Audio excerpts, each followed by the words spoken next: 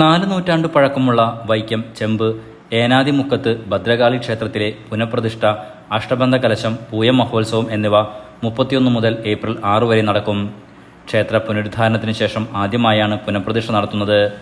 തന്ത്രിമുഖ്യൻ ബ്രഹ്മശ്രീ നാഗമ്പൂഴിമന ഹരിഗോവിന്ദൻ നമ്പൂതിരിയുടെ മുഖ്യ കാർമ്മികത്വത്തിലാണ് പുനഃപ്രതിഷ്ഠയും അഷ്ടബന്ധ കലശവും നടക്കുന്നത്.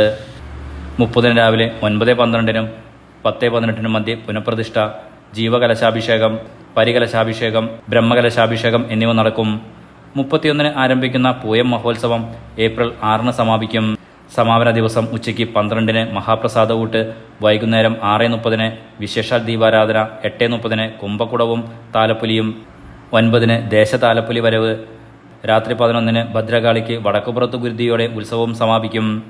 ഭദ്രകാളി പ്രധാന പ്രതിഷ്ഠയായ ക്ഷേത്രത്തിൽ വർഷത്തിൽ 9 ദിവസം മാത്രമാണ് നട തുറക്കുന്നത്.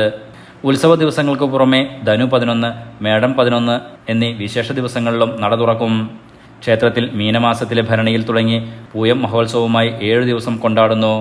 നാട്ടുകാരുടെ സജീവ പങ്കാളിത്തത്തിലാണ് ഉത്സവ പരിപാടികൾ നടക്കുന്നത്. ഭദ്രകാളി ദേവിയുടെ ഇഷ്ടവഴിപാടായി ചന്ദനം ചാർത്തൽ, ഗുരുതി നിവേദ്യവും വെള്ളിച്ചനായി ദാഹവും പൂവമ്പഴ നിവേദ്യവും പ്രധാന വഴിപാടാണ്. പുനഃപ്രതിഷ്ഠയുടെയും പൂയം മഹോത്സവത്തിന്റെയും ഒരുക്കങ്ങൾ പൂർത്തിയായതായി ക്ഷേത്രം ട്രസ്റ്റി ദീപു കണക്കംചേരി അറിയിച്ചു.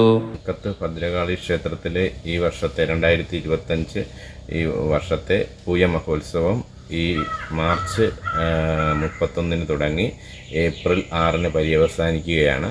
അതിന് മുന്നോടിയായി ക്ഷേത്രത്തിലെ പുനരുദ്ധാരണം എന്ന് പറയുമ്പോൾ അഷ്ടബന്ധ കലശവും പുനഃപ്രതിഷ്ഠയും സർപ്പബലിയും, അത് ക്ഷേത്രം തന്ത്രി ബ്രഹ്മശ്രീ നാഗമ്പൂഴിമന ഹരിഗോവിന്ദൻ നമ്പൂതിരിയുടെ നേതൃത്വത്തിൽ മാർച്ച് 27 തുടങ്ങി മാർച്ച് 30 അവസാനിക്കുന്നതാണ്. മാർച്ച് 30 പുനഃപ്രതിഷ്ഠയും അഷ്ടബന്ധ കലശവും നടക്കുക. അന്ന് ഈ കലശത്തിന് ശേഷം മഹാപ്രസാദ കൂട്ടും ഉണ്ടായിരിക്കുന്നതാണ്. Enlight news Vaikom.